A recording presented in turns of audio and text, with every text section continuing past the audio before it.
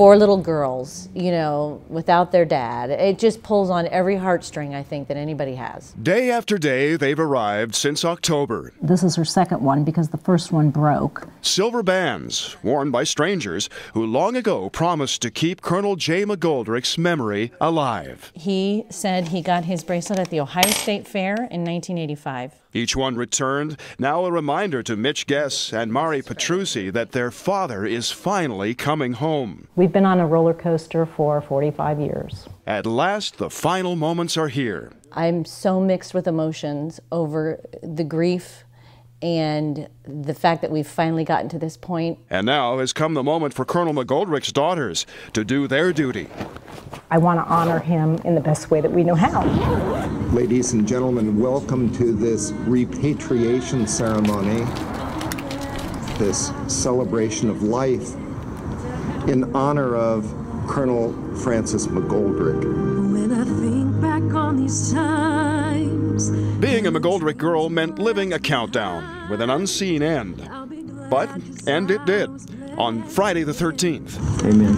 With the Capitol below and the Air Force Memorial soaring above, the sisters have come to Washington to complete the arc of their father's life. The brief 40 years that he spent on this earth, which ended 45 years ago today. This is a ceremony that Mitch has poured her soul into organizing, and it's also the first ever celebration of life at the memorial. It is truly a day of celebration. Grandkids who'd only ever known their grandfather as a story, a legend, now bear his casket. One of my sons said to me, he's more alive now coming home in a casket than he was ever in their whole life. Right. Because they've known the story, and now they're going to get to see what a hero's welcome is. bring him home, bring him home, bring him home.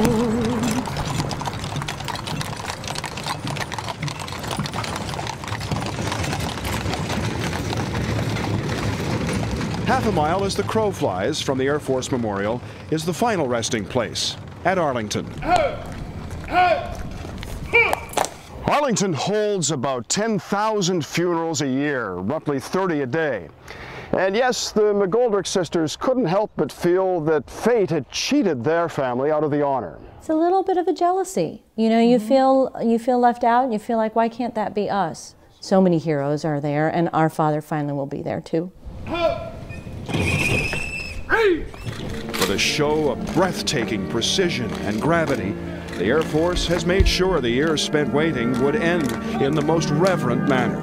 Our Father, who art in heaven, hallowed be thy name. McGoldrick will not be buried alone. Cancer claimed his wife Jackie at age 47. She's been here since 1980. To be able to put them together in the same grave, his casket will go on top of hers. That's just such a blessing to have them together again. And remember those bracelets. We're going to collect all of these, and we're going to put them inside the casket with our father's remains. Mm-hmm. They need to go in a special place with a special person. 45 years to the day after leaving them, J. McGoldrick's daughters have only fading memories of their father. But here, in the nation's most hallowed corner, under the bluest of skies and the brightest sun, they have one final, crystal clear moment with him. A gift as treasured as the ones on each of their laps. Absolutely. We have the end to our story. The gift of an answer, at last. I would say we have absolutely gotten our answers. We got to bury our father with honors in Arlington Cemetery.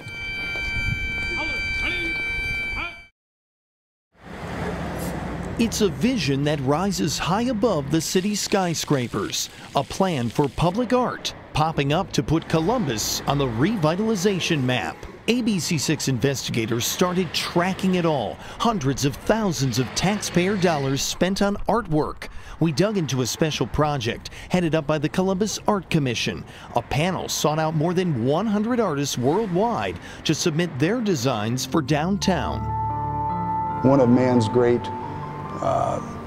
desires is to create something that will outlive him. And I do that every day. Artist Alan Cottrell feels slighted. Around every corner, bronze sculptures surround you at his studio in Zanesville. I'm God when I do this. But he wasn't even invited to submit an art plan. Not even to get a phone call and not even to be considered for the casting. Yeah, I feel neglected. Instead, meeting minutes and approved project records we obtained show it will cost taxpayers $280,000. What is it? 2 giant humanized bronze deer planned for the banks of the Scioto River in Genoa Park. Well, the amount of money spent on art is a very small piece in comparison to the entire amount that one spends on revitalizing an area. Remember Flowing Kiss? It was the original design winner for North Bank Park, costing you $250,000. A consultant was hired for $20,000 to oversee the project. But the city tells us the Scioto Lounge proposal was so well received, the committee decided to clear the way for that project too, taking another $280,000 from city taxpayers. Well, the artist got a great deal, that's all I have to say. I'd like some projects like that. The project contract and artist details are still being drawn up, like no horns, the kids might get impaled. Maybe the legs on this one should be crossed. Or no sex, parents might be damaged psychologically. We talked to the artist who says he will cast and create his deer in Walla Walla, Washington, hundreds of miles away, and it's all costing you. Government waste is what it is. I mean, shame on them. They could easily have gotten a couple of art professors at Ohio State to oversee it. In fact, Cottrell already has 2 works at OSU. Look familiar? And we kind of think he's a winner. What he has. How about this guy? America's Black Streak, Jesse Owens, the world's most superb runner, makes the others look as if they're walking. Both sculptures just part of Cottrell's portfolio. Nobody produces as much work as I do. As you can see, there's 500 bronze statues here. I have over 100 monumental scale statues around the country. Project organizers didn't want to talk on camera, but say they're working on building a public art collection to draw visitors. But since an Ohio artist was not picked to put artwork in this park, Cottrell is up in arms. They didn't need to spend that much money on something like this. They could have gotten 5 times the amount of art for half the price. While the city did consider local, national, and international artists, some like Cottrell are taking aim on the process, the decision-making, and at the end of the day, how and where your money is being invested.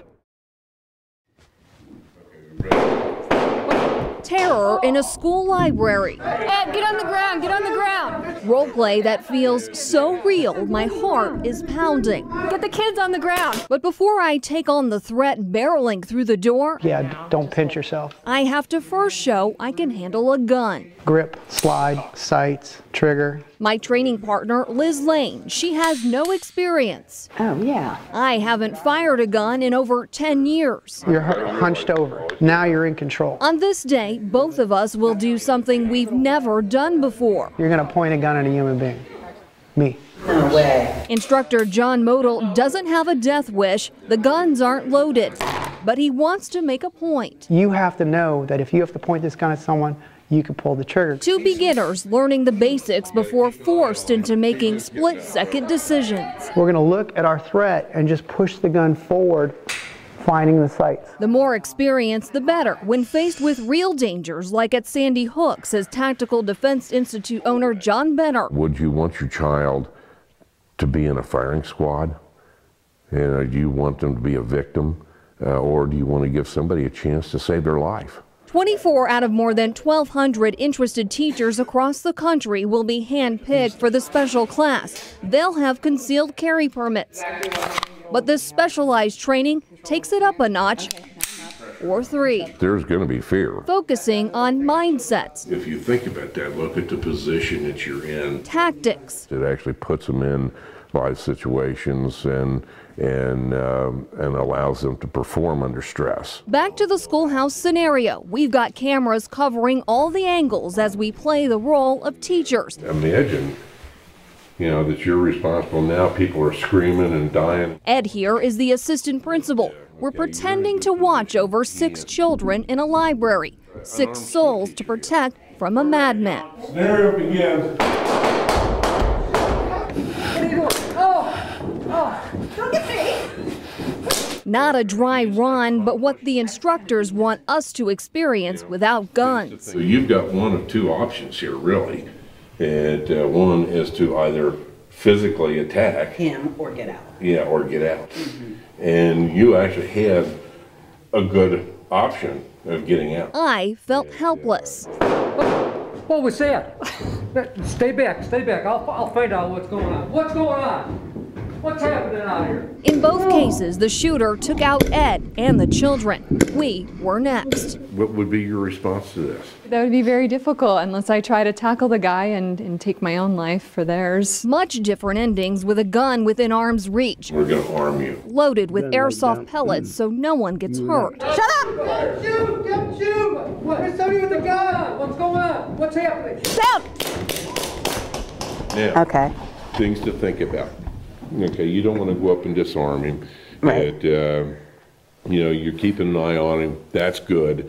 You've got some cover. That's terrific. Here's how I handled the bad guy. Ed, get on the ground, get on the ground. There's a shooter behind! Get the kids on the ground. A full-on ambush, even though I took out the shooter. We lost our focus, and we ran right out in the middle there, didn't we? I should have taken cover. So get behind the wall. There we go. There we go. Not perfect. You guys did a good job at and with almost no training. While some educators believe classroom instruction should be the focus for teachers, Benner says those willing and able can also take on the role of protector. I hate the thought of that myself, to be perfectly honest with you. But it's unfortunate that it's necessary. When time isn't on their side. When you dial 911, what are you calling for? You're calling for somebody to come in here with a gun, aren't you? That's going to arrive, unfortunately, way too late. 3 days training for teachers may not sound like much, but Benner says it's a start. Let's give them a chance. Let's give them a chance to win and to save lives.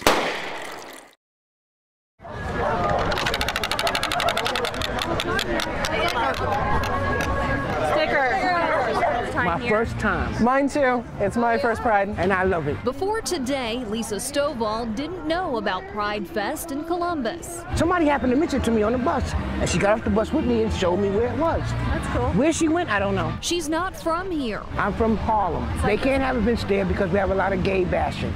Come on, let's go. And for a first-timer, hi, ladies.